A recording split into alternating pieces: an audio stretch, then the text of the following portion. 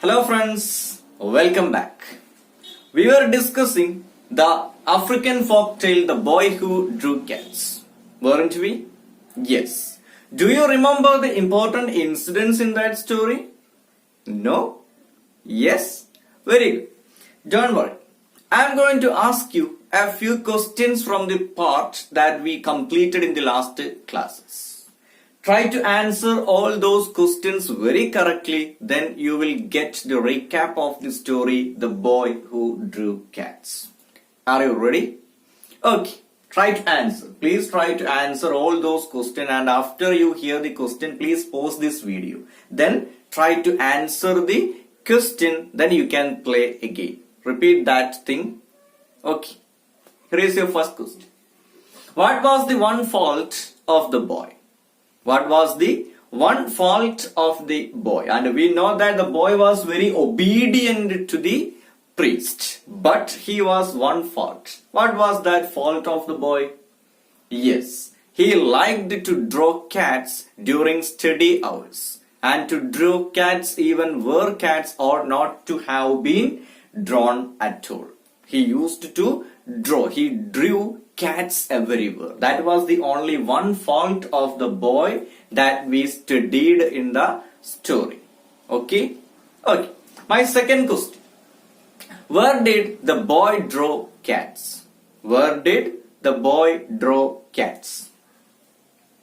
Yes, he drew cats on margins of the priest's books and on all the screens of the temple and on the walls and on the pillars of the temple, where he gets a chance. If he gets a chance to draw cats, he will draw that. He will draw cats everywhere he consider as a place to draw the cats. He will draw it. That is what the fault of the boy. And the second question, I asked you that where did the boy draw cats, and you answered on the walls, pillars, margins of the priest's book. Okay, very good. Then my third question. The boy was not quite fit to be an acolyte. What was the reason? The boy was not quite fit to be an acolyte. What was the reason? Yes, because he had what is called the genius of an artist. Because he had what is called the genius of an artist, and he drew cats because he couldn't help it. He couldn't help drawing cats. Okay, then my fourth question. But perhaps you will become a great artist. Do you think the opinion of the priest about the boy is appropriate? Why? Do you think the opinion about the boy from the priest is appropriate in the case of that boy? Why? Yes. The priest's opinion is appropriate. The boy drew cats when and where the picture should not be drawn. He had the genius of an artist, and that's why the priest said to him he would become a great artist. That's why the priest said to the boy he would become a great artist. Okay, my last question. What was the advice of the priest to the boy? What was the advice of the priest to the boy?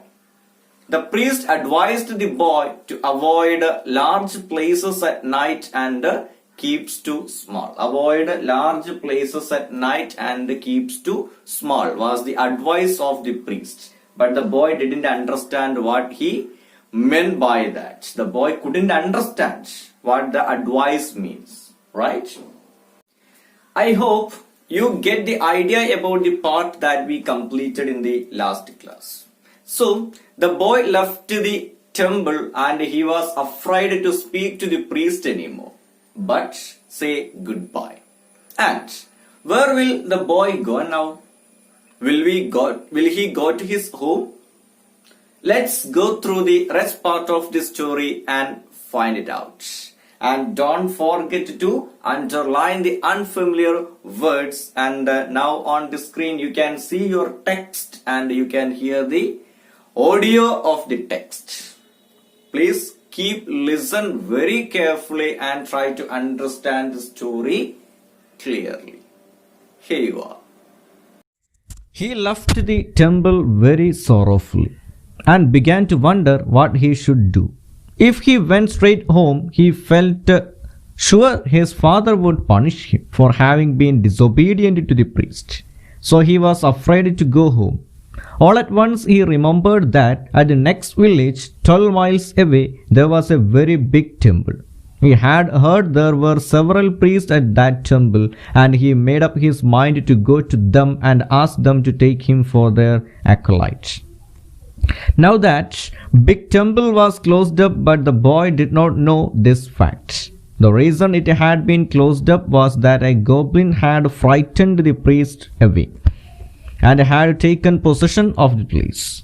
Some brave warriors had afterward gone to the temple at night to kill the goblin, but they had never been seen alive again.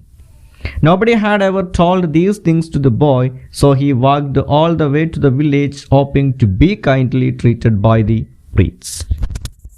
I hope all of you have listened to the story very carefully and you understood the story. Haven't you? Anyway, I'm going to ask you a few questions from the part that we just completed to make sure to check whether you have understood or not. Are you ready for the questions? Here is your first question. How did the boy leave the temple? How did the boy leave the temple? Did the boy leave the temple very happily? No. He left the temple very sorrowfully. He left the temple very sadly and began to wonder where he should do or where he should go and what he should do. So he left the temple very sorrowfully, not happily. Then, my second question. Why didn't the boy go home after he left the temple? The boy didn't go home after he left the temple. Why? Why didn't he go home? Yes. The boy didn't go home because he felt sure that his father would punish him for being disobedient to the priest. Actually, the boy was very obedient to the priest, but he drew cats. That was his disobedience. And maybe his father felt sure that his father would punish him for being disobedient to the priest. Clear? Okay, my third question. What then he made up in his mind? The boy decided to not to go home. Then what he made up in his mind? Yes, the boy had heard about a very big temple at the next village. The boy made up in his mind to go there and ask the priests to take him for their acolytes. He decided to go to the next village where there was a temple, a very big temple, and he thought that the priest would allow him to stay there as an acolyte of them. And he decided to go there. Okay. My next question. What was the reason behind the temple had been closed up? What was the reason? Yes. The reason was that a goblin rat had frightened the priests away and had taken possession of the place. There was a goblin rat inside the temple and the goblin rat had frightened the priest away and had taken the possession of the place. That's why the temple had been closed up. That was the reason behind the temple had been closed up. Okay. And did the boy know about that goblin rat? Did the boy who drew cats know about that goblin rat? No, he didn't know about the rat, and he is not going to know about that rat because he reached at the village at night, and all the villagers had been in. All the villagers are there in their bed, and the boy is not going to see anybody in the village, and he never going to know about the goblin rat. We can't say what will happen to him. Let's see. My next question. What happened to the brave warriors who had gone to the temple at night to kill the goblin? When the goblin rat had frightened away the priest from the temple, some brave warriors had gone to the village to kill the goblin rat. And what happened to them? Yes, they had never been seen alive again. The brave warriors never seen alive again. Maybe the goblin rat might have killed them. Without knowing all these things, the boy walked all the way to the village, hoping to be kindly treated by the priest. And what will happen to the boy? Will that goblin rat kill our boy? Let's see in the next video. Thank you.